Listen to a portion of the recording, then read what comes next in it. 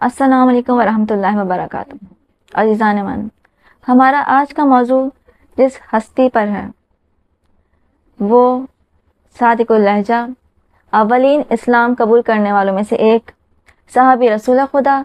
صحابی مولائے کائنات جناب جندب بن جنادہ، کہ جنہیں میں اور آپ ابو ذر غفاری علیہ السلام کے نام سے جانتے ہیں۔ کون ابو ذر غفاری؟ یہ وہ ذات جن کے بارے میں رسول خدا صلی اللہ علیہ وسلم، خدا کو نبی کہ جسے کفار مکہ بھی صادق کہہ کر پکارا کرتے تھے، وہ رسول یہ کہتے ہوئے نظر آتے ہیں کہ زیر آسمان اور بالائے زمین ابو ذر سے زیادہ سچا شخص میں نے نہیں دیکھا۔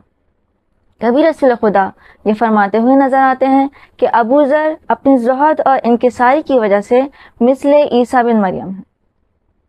عزیزان من، رسول خدا کے صحابی ہجرت سے 33 برس قبل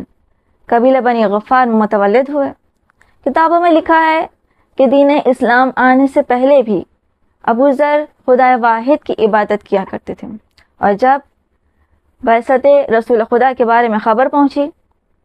تو فوراً مدینے سے مکہ کے لیے روانہ ہوئے، خدمت رسول خدا صلی اللہ علیہ وسلم میں حاضر ہوئے اور دین اسلام قبول کیا، اور پھر دین اسلام کی تبلیغ کا کام شروع کیا، جس کے نتیجے میں کفار مکہ کی جانب سے ظلم و ستم کا شکار ہوا۔ جب یہ خبر رسول خدا تک پہنچی کہ کفار مکہ نے ابو ذر غفاری پر ظلم و ستم کیا ہے تبلیغ اسلام پہنچانے کے عوض، تو رسول خدا نے ابو ذر غفاری کو اپنی خدمت میں بلایا، ان سے کہا کہ واپس اپنے قبیلے چلے جاؤ، اور جب تک ہم ہجرت کر کے مدینے نہ پہنچے تب تک وہیں رہ کر ہمارا انتظار کرنا۔ عزیزان من، یہی وہ وجہ ہے کہ ہمیں جنگ احد، بدر یا خندق میں ابو ذر غفاری کہیں نظر نہیں آتے۔ جب رسول خدا ہجرت فرما کر مدینے پہنچے تو ہجرت کے بعد اپنی پوری زندگی ابو ذر غفاری نے رسول اکرم صلی اللہ علیہ وسلم کی خدمت میں گزار دی، رسول اللہ کے زیر سایہ رہے اور تمام اراکین اسلام اور تعلیمات خداوندی بذات خود رسول اللہ صلی اللہ علیہ وسلم سے سیکھا، اور اس حد تک اپنی ذات میں جذب کر لیا تمام اراکین اسلام کو، تمام خداوندی احکامات کو، کہ آپ کی ذات خود ارکان اسلام اربع میں شامل ہو۔ رسول خدا کے ساتھ ہمیشہ سائے کس طرح چلتے رہے، یہاں تک کہ حجت الوداع کے موقع پر میدان خم میں جب اعلان ولایت ہوا تو پھر یہ اعلان ولایت ابو ذر غفاری نے اپنے کانوں سے سنا اور اپنی آنکھوں سے دین اسلام کو مکمل ہوتا ہوا دیکھا، مولا متقیان کے ہاتھ پر بیعت کی اور راہ حق کو اختیار کیا، اور بعد از رسول خدا بھی اسی راہ پر گامزن رہے۔ عزیزان من، ابو ذر غفاری ان چند اصحاب میں سے ہیں کہ جنہوں نے رسول خدا کی حیات میں بھی اہل بیت اطہار علیہ السلام سے وفاداری کی، اور بعد از رسول خدا بھی اہل بیت اطہار سے اپنی وفاداری کو نبھایا، جس کی ایک مثال ہمیں یہ ملتی ہے کہ ان 7 افراد میں کہ جو جناب سیدہ کے جنازے میں شریک تھے، ان 7 افراد میں جناب ابو ذر غفاری کا نام بھی ہمیں ملتا ہے۔ چونکہ آپ حقیقی منبر رسول کے وارث سے واقف تھے،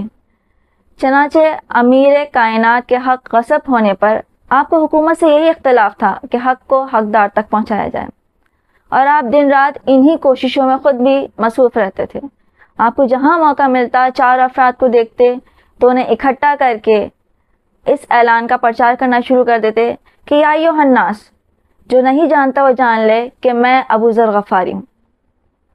ابو ذر غفاری کا نام ہی کافی تھا، کیونکہ تمام لوگ یہ جانتے تھے کہ کوئی ابو ذر غفاری ہے کہ جس کے لیے رسول خدا نے کہا ہے کہ روح زمین پر سب لوگوں میں سب سے زیادہ سچا ہے۔ اور جب لوگ ابو ذر غفاری کی جانب متوجہ ہوتے تو اب وہ اعلان کرنا شروع کرتے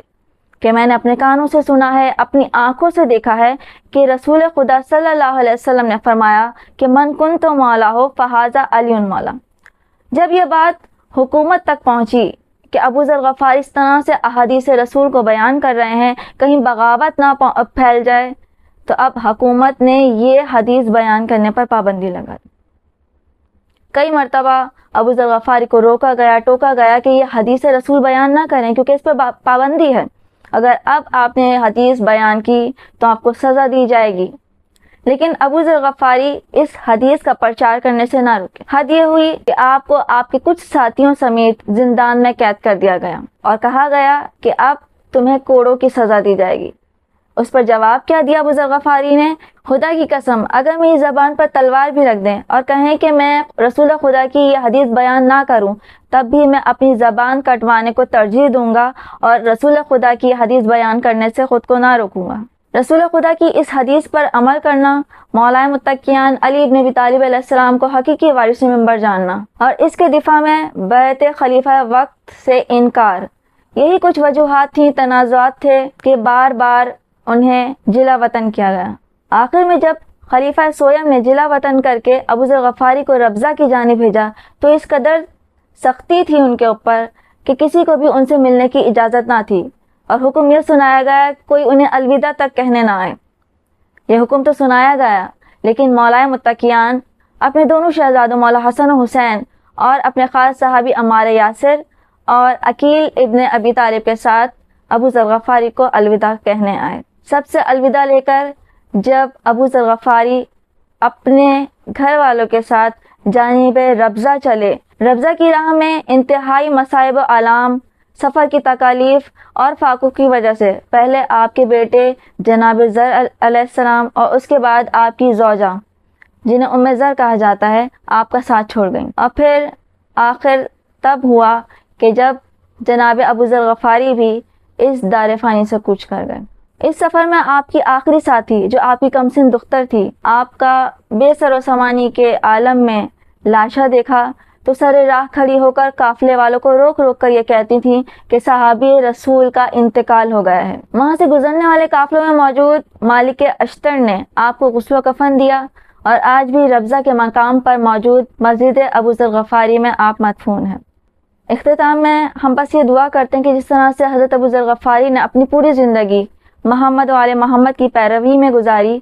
خداوند عالم ہمیں بھی راہ ابو ذر غفاری پہ چلنے کی توفیق دے کہ ہم بھی اپنی زندگی محمد و آل محمد کی محبت کے ساتھ ان کی پیروی میں گزاریں۔